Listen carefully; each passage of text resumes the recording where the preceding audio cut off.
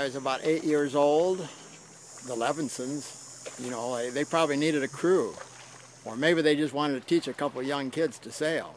But that was the only thing there was, the Snipe. We didn't know any other boat. Buzz Levinson, probably if I ever had a mentor, well, he was a mentor. Although Frank really taught us how to sail, but Buzz was always there.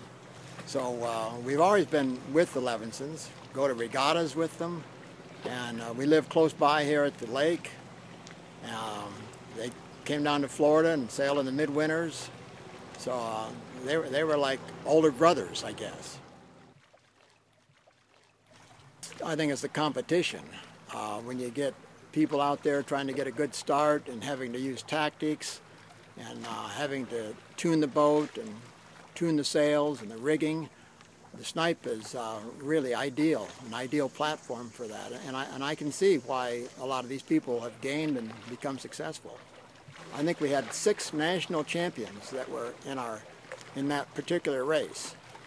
And after the race, they and the rest of the Snipe sailors got together and they talked about how they won or how they did.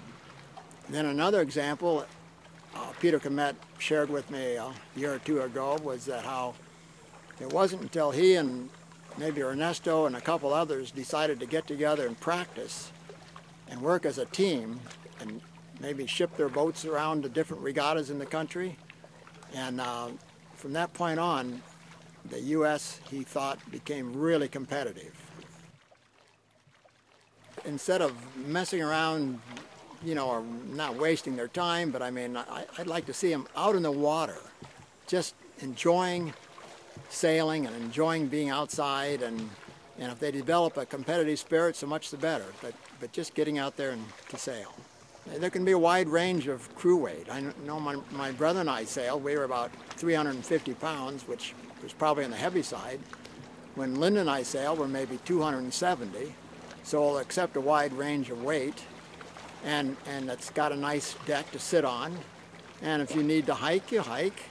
If you can't hike too much, well then that's okay. But it's just a comfortable, fun, challenging boat to sail.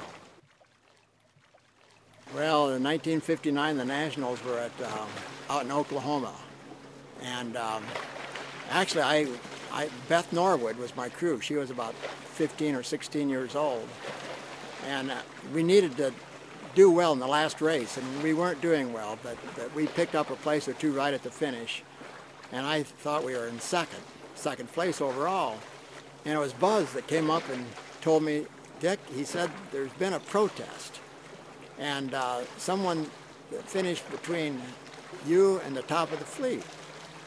And sure enough, whoever that was disqualified and moved us up 1 position, and that's all we needed to have won. So I think that may have been Providence right there.